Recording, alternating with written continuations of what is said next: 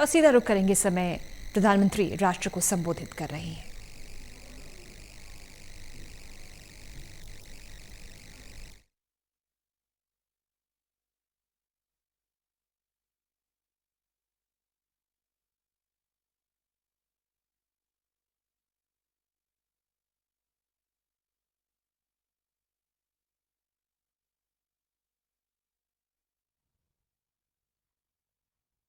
मेरे प्यारे देशवासियों, नमस्कार।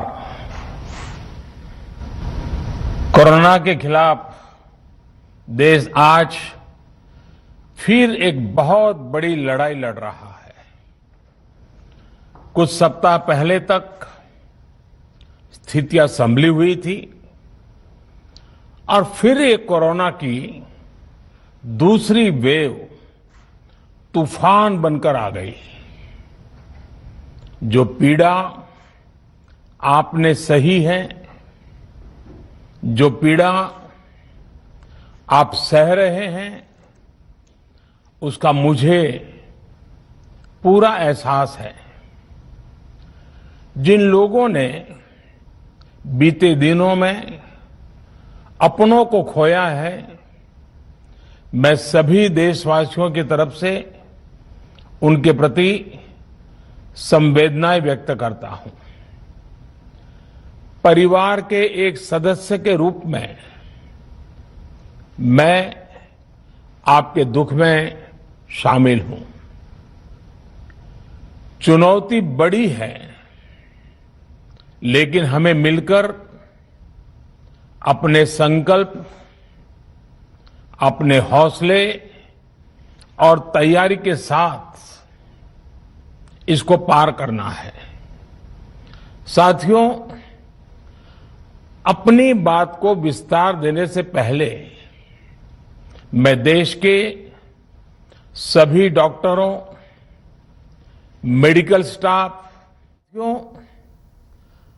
अपनी बात को विस्तार देने से पहले मैं देश के सभी डॉक्टरों, मेडिकल स्टाफ, पैरामेडिकल स्टाफ, हमारे सभी सफाई कर्मचारी भाई बहन, हमारे एम्बुलेंस के ड्राइवर्स, हमारे सुरक्षा बल, पुलिसकर्मी, सभी की सराहना करूंगा।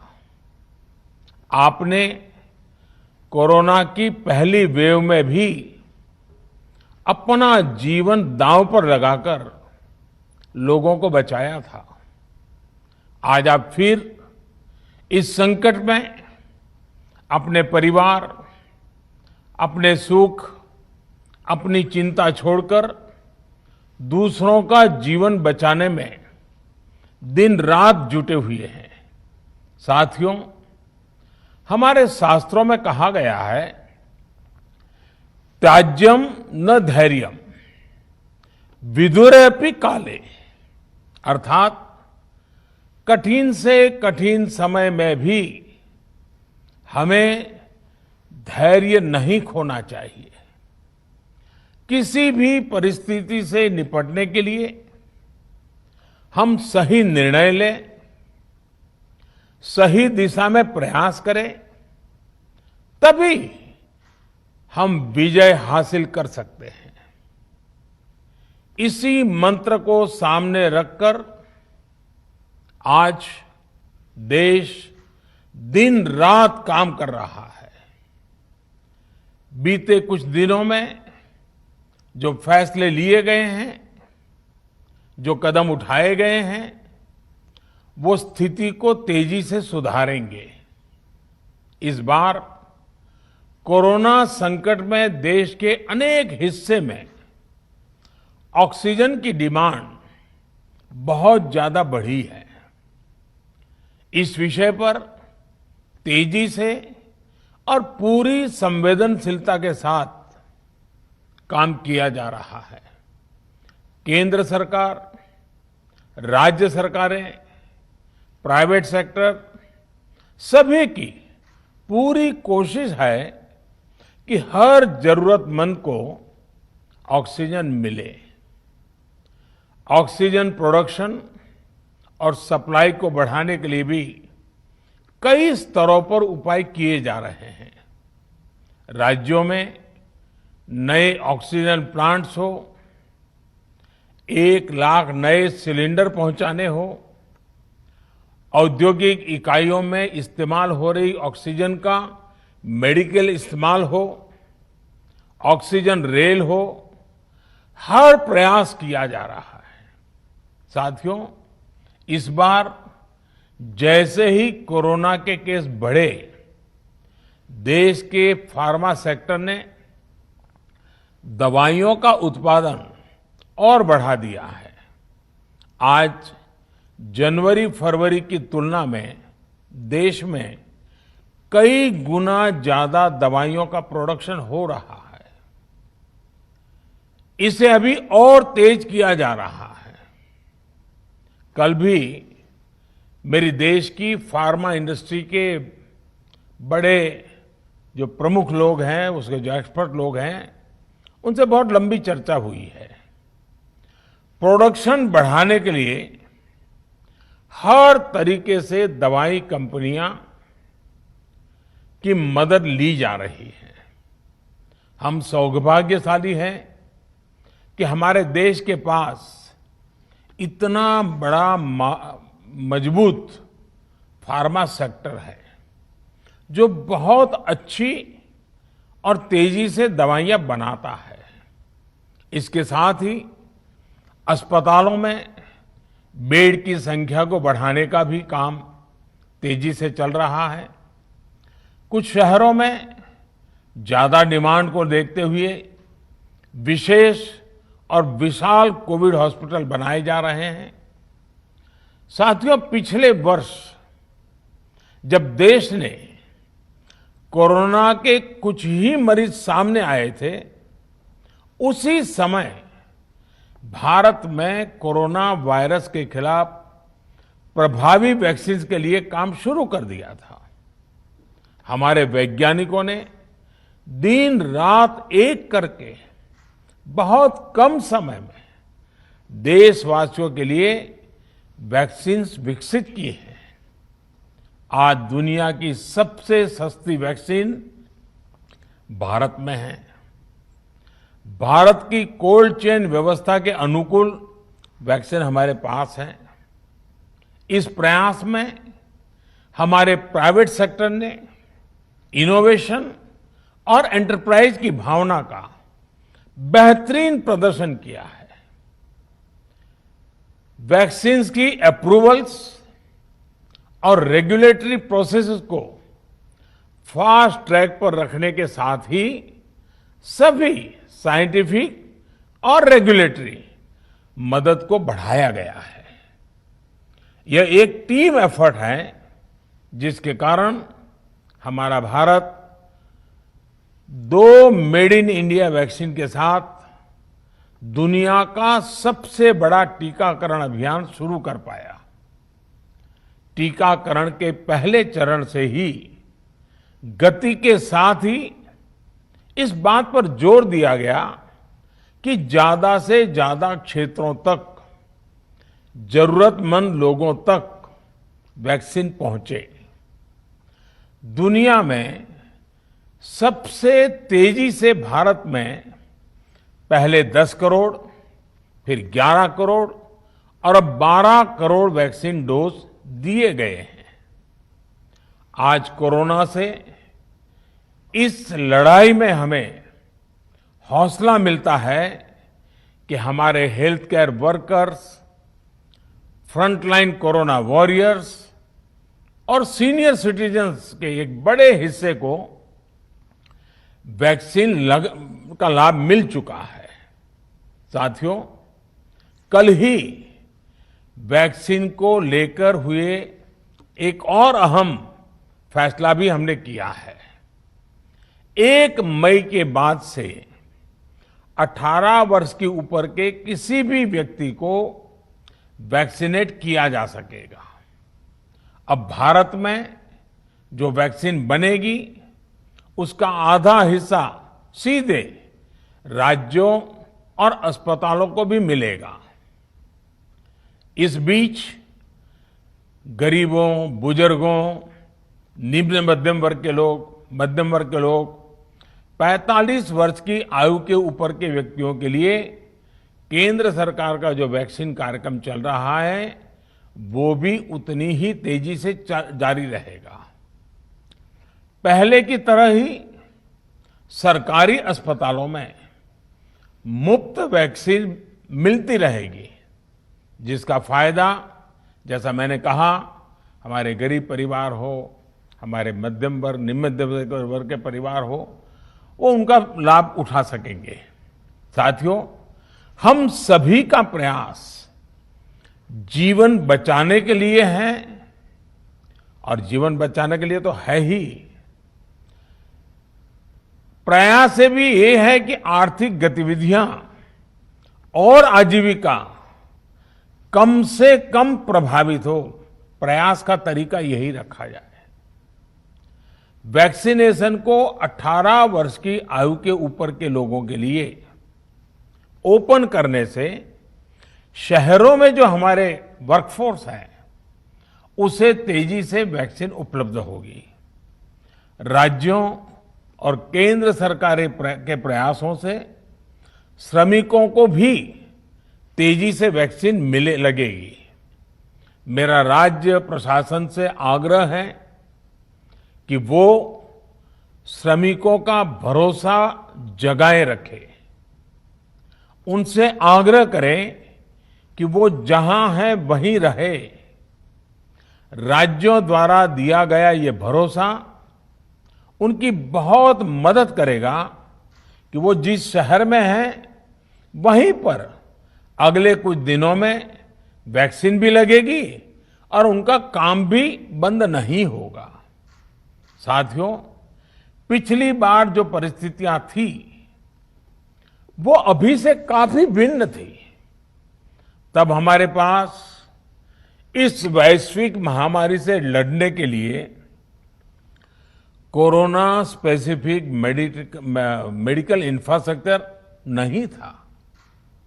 आप याद करिए, देश की क्या स्थिति थी।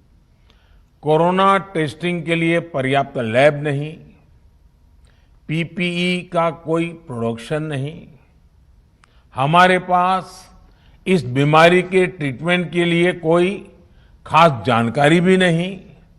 लेकिन बहुत ही कम समय में हमने इन चीजों में सुधार किया। आज हमारे डॉक्टरों ने कोरोना के इलाज की बहुत ही अच्छी एक्सपर्टीज हासिल कर ली है। वो ज्यादा से ज्यादा जीवन बचा रहे हैं। आज हमारे पास बड़ी मात्रा में पीपीई किट्स हैं, लैब्स का बड़ा नेटवर्क है, और हम लोग टेस्टिंग की सुविधा को निरंतर बढ़ा रहे हैं। साथियों, देश ने कोरोना के खिलाफ अब तक बहुत मजबूती से और बहुत धैर्य से लड़ाई लड़ी है। इसका श्रेय आप सभी को, सभी देशवासियों को ही जाता है। अनुशासन और धैर्य के साथ कोरोना से लड़ते हुए आप देश को यहां तक लाए हैं। मुझे विश्वास है, जन भागीदारी की ताकत से हम कोरोना के इस तूफान को भी परास्त कर पाएंगे। आज हम अपने चारों ओर देख रहे हैं कि कैसे कई लोग, कई सामाजिक संस्थाएं जरूरतमंदों तक मदद पहुंचाने में दिन रात जुटे हैं। दवाई पहुंचाना हो, खाने या रहने की व्यवस्था करनी हो, लोग पूरे मनोयोग के साथ काम कर रहे हैं। मैं इन सभी के सेवा भाव को आदरपूर्वक नमन करता हूं और देशवासियों से अपील करता हूं कि अधिक से अधिक मात्रा में इस संकट की घड़ी में देशवासी आगे आएं और जरूरतमंदों तक मदद पहुंचाएं। समाज के पुरुषार्थ और सेवा के संकल्प से ही हम ये लड़ाई जीत पाएंगे। मेरा युवा साथियों से अनुरोध है कि वो अपनी सोसाइटी में, मोहल्ले में, अपार्टमेंट्स में छोटी छोटी कमेटियां बनाकर कोविड अनुशासन पालन करवाने में मदद करें। हम ऐसा करेंगे तो सरकारों को न कभी कंटेनमेंट जोन लगाने की जरूरत पड़ेगी, न कर्फ्यू लगाने की जरूरत पड़ेगी, और लॉकडाउन का तो सवाल ही नहीं उठता है, आवश्यकता ही नहीं पड़ेगी। स्वच्छता अभियान के समय देश में जागरूकता फैलाने के लिए मेरे बाल मित्रों ने बहुत मदद की थी। छोटे छोटे बालक, 5वीं, 7वीं, 8वीं, 10वीं में पढ़ने वाले, उन्होंने घर के लोगों को समझाया था, मनाया था। उन्होंने बड़ों को भी स्वच्छता का संदेश दिया था। आज मैं फिर अपने बाल मित्रों से एक बात विशेष तौर पर कहना चाहता हूं। मेरे बाल मित्र, घर में ऐसा माहौल बनाइए कि बिना काम, बिना कारण घर के लोग घर से बाहर न निकले। आपकी जीत बहुत बड़ा परिणाम ला सकती है। प्रचार माध्यमों से भी मेरी प्रार्थना है कि ऐसे संकट की घड़ी में वो लोगों को सतर्क और जागरूक करने के लिए जो प्रयास कर रहे हैं उसे और बढ़ाएं। इसके साथ ही इसके लिए भी काम करें कि डर का माहौल कम हो सके, लोग अफवाह और भ्रम में न आए। साथियों, आज की स्थिति में हमें देश को लॉकडाउन से बचाना है। मैं राज्यों से भी अनुरोध करूंगा कि वो लॉकडाउन को अंतिम विकल्प के रूप में ही इस्तेमाल करें। लॉकडाउन से बचने की भरपूर कोशिश करनी है और माइक्रो कंटेनमेंट जोन पर ही ध्यान केंद्रित करना है। हम अपनी अर्थव्यवस्था की सेहत भी सुधारेंगे और देशवासियों की सेहत का भी ध्यान रखेंगे। साथियों, आज नवरात्रि का आखिरी दिन है। कल रामनवमी है और मर्यादा पुरुषोत्तम श्री राम का हम सभी को यही संदेश है कि हम मर्यादाओं का पालन करें। कोरोना के इस संकट काल में कोरोना के बचने के जो भी उपाय है, कृपया करके उनका पालन 100% करिए। दवाई भी, कड़ाई भी, इस मंत्र को कभी भी भूलना नहीं है। ये मंत्र जरूरी है, वैक्सीन के बाद भी जरूरी है। रमजान के पवित्र महीने का भी आज 7वां दिन है। रमजान हमें धैर्य, आत्मसंयम और अनुशासन की सीख देता है। कोरोना के खिलाफ जंग जीतने के लिए अनुशासन भी, उसकी भी उतनी ही जरूरत है। जब जरूरी हो तभी बाहर निकले।